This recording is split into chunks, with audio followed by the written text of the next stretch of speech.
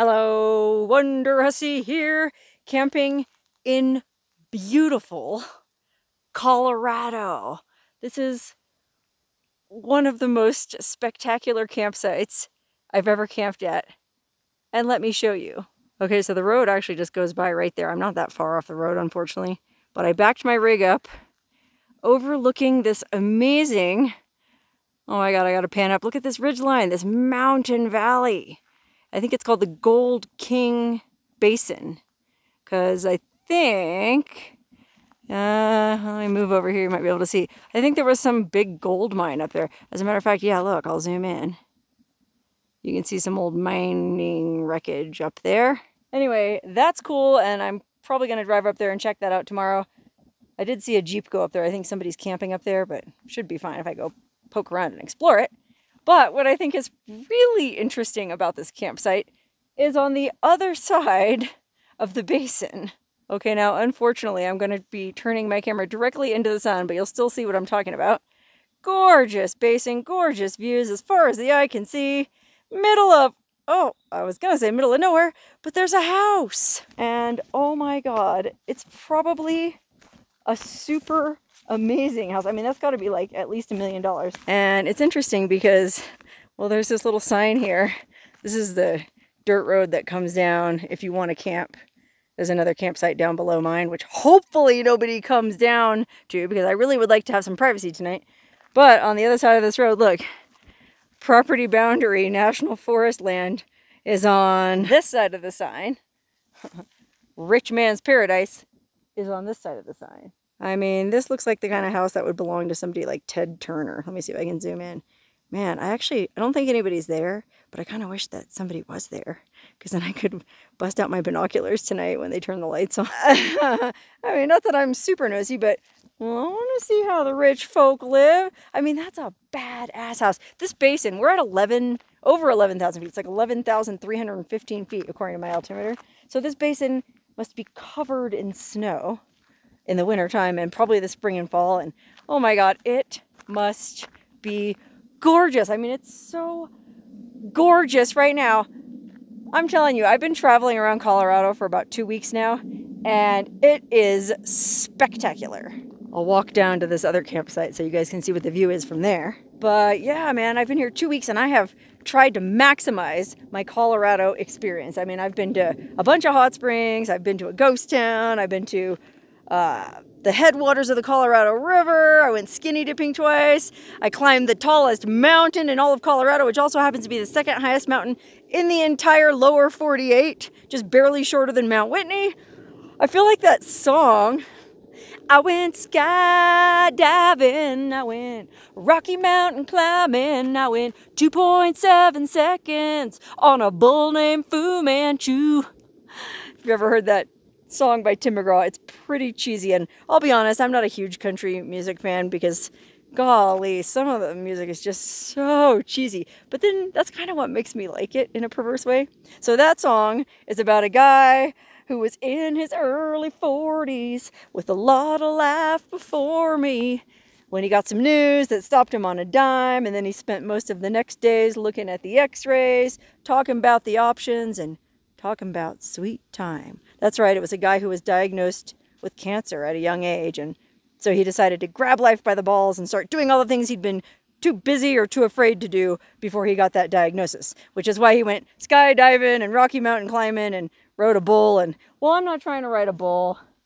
I'm not even trying to skydive. Oh, I thought I heard that Jeep, but I think it's a creek. Oh wow, there's a little creek over here. Oh my God, I mean, you tell me, is this not a spectacular backdrop for a place to camp? Oh, that's right. I said I was going to walk down here and show you guys the view. So I guess we can walk over and check out this creek. But before we do that, yeah, here's the view from this second campsite. Oh, look, there's a little lake down there. Oh my goodness, look at that beautiful little lake. I guess that's what that creek is flowing right into. Just amazing. Assuming it's not polluted by all the mining that took place up there in the Gold King Basin historically. Golly, there's another fire ring over here. So there's a fire ring here. There's a fire ring there. I guess that means there's 2 campsites down here, plus the one that I'm camped at. I don't know. That's kind of close quarters for me. I will say the only thing that I'm not really liking about Colorado is it's so dang crowded. Probably because it's so beautiful. Everybody wants to go here. But I feel like a lot of people from back east come here as well because it's the closest part of the West for them to get to. And there's a lot of traffic. I've had some challenges finding desolate places to camp. You know, I'll roll into a campsite. This happened a couple times on this trip. And somebody else rolls in and I gotta share the space, and that's fine. I mean, I'm self-contained in my rig. I can just hunker down in there and stay in there all night if need be. But of course I prefer not to. I prefer to be able to roam around with this amazing background, talking on my phone and yodeling and doing all kinds of crazy stuff. And well, if there was 2 people camped right here, I would feel way too self-conscious to do any of that. What a backdrop. I'm just going to stand right here. The main reason I'm making this video is just sort of a little update, trip update, since unlike a lot of YouTubers, I don't post my stuff in real time. So like, you know, the stuff I'm shooting on this trip, I have such a backlog. A lot of it won't go up until October, November. So many of you might be wondering what's going on in real time. I'm shooting this video on, I think it's a Monday, the 9th, maybe it's a Tuesday, I don't know. I'm going to post it whenever I get to a place that has strong enough cell signal, so it's more or less current. Anyway, I just wanted to address a couple things. I got a ton of really nice concerned emails from people asking me about the flooding in Death Valley. You know, they just had all that crazy, they had crazy monsoonal thunderstorms. I think they got 2 inches of rain in like 1 hour, which is normally what they get all year. And Vegas, too. Vegas got walloped by monsoons. Unfortunately, or maybe fortunately, I'm out here in Colorado, so I didn't experience any of that. But to be honest, it would have been kind of cool to be there and see it and shoot footage of it. Because, I mean, I saw the photos on the news. Death Valley National Park was just slammed. Flash floods, mud. There was like 1,000 people trapped in the park. I think a lot of them were trapped at that super fancy hotel I stayed at. Which made me wonder, if you get trapped at that hotel, do they charge you for the extra nights that you're trapped there? Because that wouldn't be right. But on the other hand, being trapped in a summer monsoon at that beautiful hotel would not be bad at all, especially if they gave you the extra nights for free. So I don't know about any of that. All I know is our part of Death Valley didn't get any rain. We're actually at 1,000 feet above sea level. Badwater Basin and Furnace Creek and all that is like below or at sea level. So where we live, we're fine. And plus the compound is on a hill. So my sister reported, you know, because of course I've been in contact with her. We're fine. Maybe some leakage in the Quonset hut from all the rain. But other than that, we're a-okay. But thank you to everyone who so kindly asked about us. And then another thing I wanted to address was my car battery. The last kind of update video I did was when my battery died and I had to have these good Samaritans come help me. And oh gosh, I was kind of worried after that it might have been my alternator. Because if you remember, at first we thought it was a bad alternator. I mean, the battery was definitely bad. But we thought, oh, maybe something's wrong with the alternator too. And the guy at Napa tested it and said, yeah, it was a bad alternator. So I took it over to that mechanic and they said, no, alternator's fine. And they wouldn't even charge me for the diagnostics they ran. So I thought, okay, yikes, I guess I'm okay to continue on my trip. And knock wood, so far the car's been running fine. I think it really just was a bad battery. That being said, I'm approaching the big 150. That's right, I almost have 150,000 miles on my rig. I think I have about 300 more miles to go, 400. And, well, alternators are supposed to be replaced around every 150,000 miles. But then I also heard from a viewer of this channel that, no, my alternator will be fine for another 50,000 miles. And the OEM Toyota alternator is way better than any aftermarket Chinese alternator that a mechanic would put in anyways. And so that guy recommended I just leave it alone. So for now, obviously I'm still traveling. I'm just hoping it'll keep running. And it seems to be fine. Oh, look at this. It's like a survey marker or something. It says Foley. Oh, I don't know. Huh, interesting. Anyway, yeah, my rig is almost at 150,000 miles. Can you believe it? Well, actually, looking at it, you probably can totally believe it. She's got some dents and dings. I mean, the very first week I had this rig, I backed into a tree on the beach in California and dented the original bumper, which this is the replacement bumper. If you might remember, I went through all that rigmarole. Remember, I ordered a new bumper. It was a used bumper, but it was new to me on eBay, and they shipped it on Greyhound Cargo, and it took, I think it literally took 6 months to arrive. So this is the new bumper, and it kind of came already a little bit dented up, but it's better than my old one was. And then, of course, you can see my running board is dented on this side from running over rocks, and oh gosh, then that little piece of silver trim that fell off the back of my bumper. It's just decorative, so I never bothered replacing that. And then there's probably some little light pinstriping along the sides there. Oh, this running board is also a little bit busted up, just a little bit. And then, of course, there's this. This actually happened right down the road from the Death Valley compound.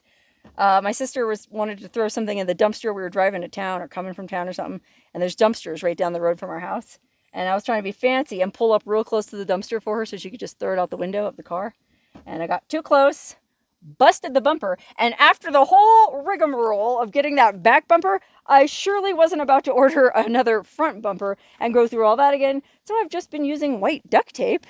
And to be honest, I feel like it looks okay. I mean, yeah, I need to put a piece down here. That piece fell off, but well, I've been doing a lot of mudding lately, and it's rough on duct tape. And then there's one more thing I just noticed, and that is, well, the little decorative cap on the wheels popped off back here on this one.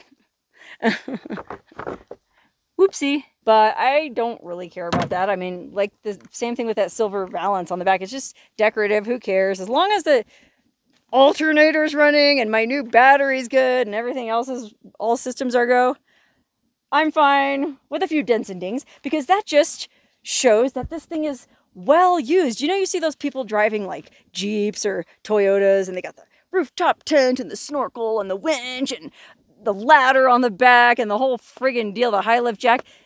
And there's nary a scratch on the side, and you go, golly, what do you do? Just drive that thing back and forth to Costco?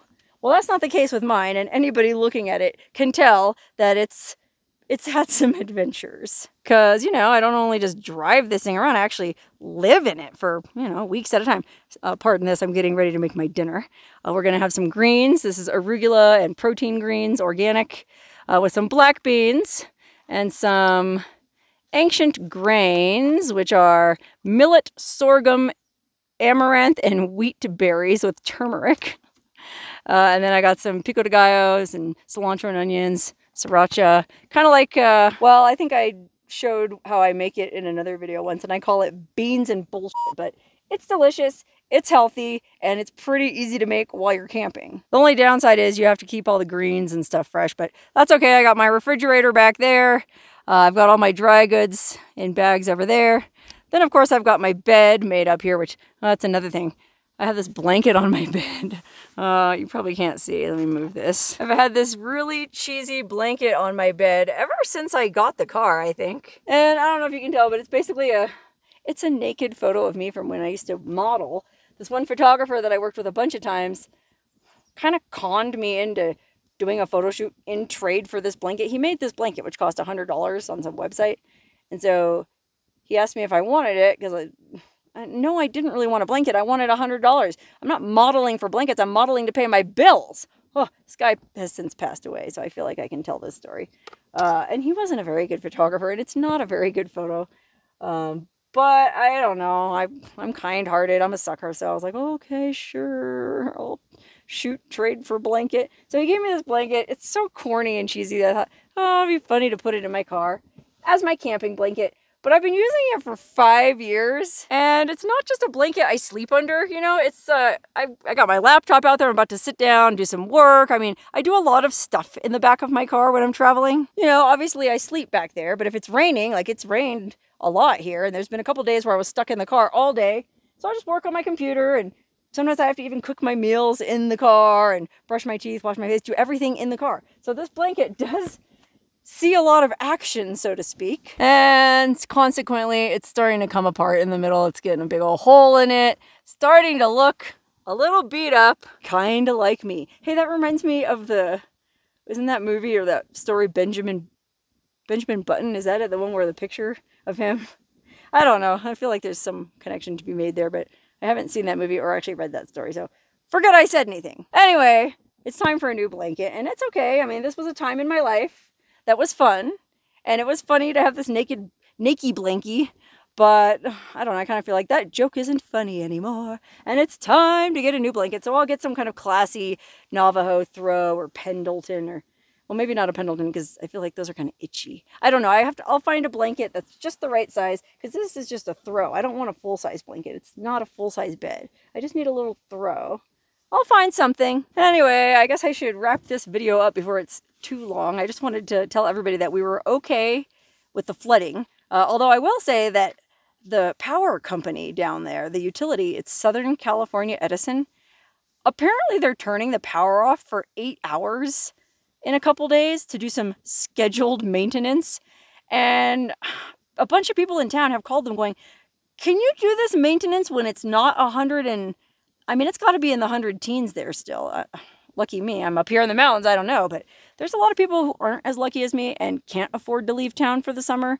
And having the power go out for 8 hours, it could be life-threatening for them. You know, if they have no air conditioning, no swamp cooler, all the food in their fridge, freezer could go bad. Like, it's just really bad timing. But despite all the calls that people made, they were like, oh no, we need to do this maintenance. And I understand that the grid is... stressed out and strained more when it's hot and everyone's running their air conditioners. But this isn't anything to do with that. This is just a routine scheduled maintenance. So if anyone from Southern California Edison is watching this, you guys need to rethink your plan. Like, we had several people call and ask if you could postpone this until, you know, October. Nah, gotta do it now. So if anybody dies in Death Valley because of what you're doing, well, I hope you feel pretty bad. Actually, I don't even know what my sister's planning to do. I know a lot of people are planning to just go to Vegas for the day or go to Pahrump for the day, hang out in the casino for 8 hours, which doesn't sound very pleasant to me. I mean, if I was back home when this happened, I would stay home and I would make a video about it. And I would send the link to Southern California Edison. But I'm not sure what my sister's planning to do. I should probably ask her about that. I'm sure she'll find something to do. And well, gosh, I am kind of looking forward to seeing my sister again. I've been gone almost the whole summer. I mean, I set out on my first expedition the beginning of June, gone for like 5 weeks, came home just for a few days to take care of business, and then left again. So it'll be nice to see her, even though I have to be honest, I'm really not looking forward to going home. As a matter of fact, I've already started to feel melancholia creeping in, because this is the last week of my trip. I think I only have like 4 or 5 more days. Well, wait, today's the 9th. I'm going home on the 15th. So I have like 5, 6 more days on the road. And 2 of those days are just travel, you know, and cleaning out my car. So I really only have like 3, 4 more days in this beautiful state. And that's bumming me out, man. I loved it here so much. I'm Rocky Mountain high, and I never want to come down. I mean, look at this. Would you ever want to leave? But actually, I can't complain, because the whole reason I have to go home is so I can get ready for Burning Man. That's right, the Burning Man Festival, which was canceled the last 2 years because of COVID. They finally decided to have it again this year, and so I'm going. And it's going to be a blast. I mean, it's the biggest party of the year. I've got some very interesting plans, so stay tuned for that. So really, I'm only going home to prepare for an awesome party. I shouldn't be sad, and yet I just can't help it. Because even though it's still August, there's already like a whiff of autumn in the air, especially up here in the mountains. You know, I almost feel like I can see the aspens turning yellow, which they aren't, but I sort of feel like I can almost already see that. Like, oh, summer. Summer's over. I love summer. I'm a summer fetishist. My favorite month is June, because in June, the whole summer lies before you, rolled out like a red carpet to a high-profile celebrity event or something like that. You know, like when you were a kid in school and, you know, summer vacation started early June, and God, it just seemed like the summer was endless. Endless Summer. I love the name of that movie. It's just endless summer. That's my MO. That's my philosophy. That's what I want. Anyway, June's come and gone. July's come and gone, and August is come and quickly going. So I have to figure out a way to appreciate Well, I know how I'm going to appreciate the fall and the winter. Well, it'll give me time back at the Death Valley compound to work on those projects that I haven't had time to get around to, like the submarine, and I want to paint that cow skull, and oh gosh, it'll just be great to see all the interesting people in that little town I moved to, like Chris Adams, if you follow Chris Adams, the guy who bought the Tacopa mines. He has a YouTube channel. He bought this giant mine complex. Super eccentric, interesting guy. He's super fun to hang around. Looking forward to seeing him again. Looking forward to seeing everybody else in town. Looking forward to going to the little brewery, having some drinks, seeing all the locals come trickling back in from wherever they all went during the summer, those who could afford to go somewhere. So yeah, I am, in a weird way, I'm sad that summer's over, but in a weird way, I am looking forward to the fall and my quirky little town. Which, by the way, I should note, when I moved out there, I was kind of like, oh, I don't want to, I want to keep a low profile. I don't want to be this big city YouTuber moving into town, making videos of everything, just pissing everybody off. But that video I made where I had the mud pack and the curlers and I was talking about how we need a fire chief, well, a woman in town asked me to make that video, and I think it actually worked. I couldn't believe it. She told me they hired a fire chief based on somebody who watched that video. So between that and the fact that with all of your generous help, I raised money for that water kiosk in town, I think the locals probably like me okay. I don't know, man. I'd like to shoot more videos around town where I live because it is a very interesting and quirky place and there's some pretty cool people. But hey, we'll see how it goes. That's all in the future. Right now, I'm here in Colorado and I need to finish making my dinner. So I'm going to sign off now, but just wanted to give you all a quick update and a quick peek at this amazing sunset and this amazing house that I'm camped next to. I mean, how weird would it be to have this $1 million house and then have all these vagabond van dwellers roll up and camp? Maybe they only come here in the winter and, well, there's probably nobody camping here in the winter.